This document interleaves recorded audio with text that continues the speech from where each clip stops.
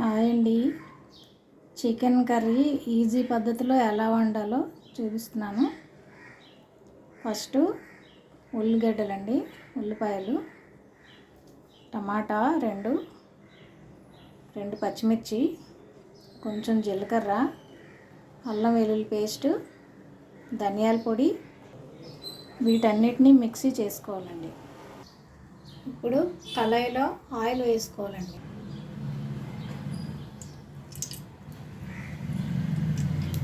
కొద్దిగా ఆయిల్ వేసుకోవాలి. తర్వాత మనం గ్రైండ్ చేసిన ముద్ద అందులో వేసుకోవాలి.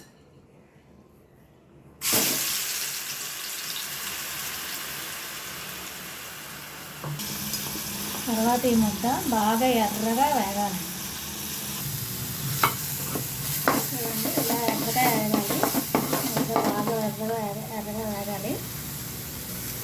ఇప్పుడు ఇది శుభ్రం చేసుకున్న 1/2 కేజీ చికెన్ అండి, ఇందులో వేసుకోవాలి.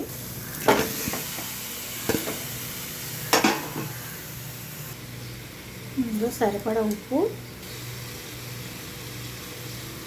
మీ రుచికి సరిపడా కారం, కొద్దిగా పసుపు, వీటన్నిటిని వేసి బాగా కలపాలండి.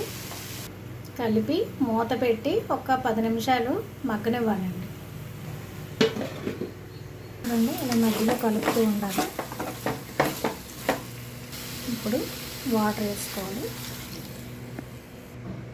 చూసారా, ఇప్పుడు కాసేపు మళ్ళీ మూత పెట్టుకోవాలి. చూసారా, మధ్యలో కలుపుతూ ఉండాలి. ఇలా తర్వాత కొంచెంసేపు సిమ్లో పెట్టాలండి. అలా 10 నిమిషాలు సిమ్లోనే ఉడికితే చక్కగా కూర రెడీ అయిపోయిందండి. స్టవ్ ఆఫ్ చేసుకోవాలి. వేడి వేడి చికెన్ కర్రీ రెడీ.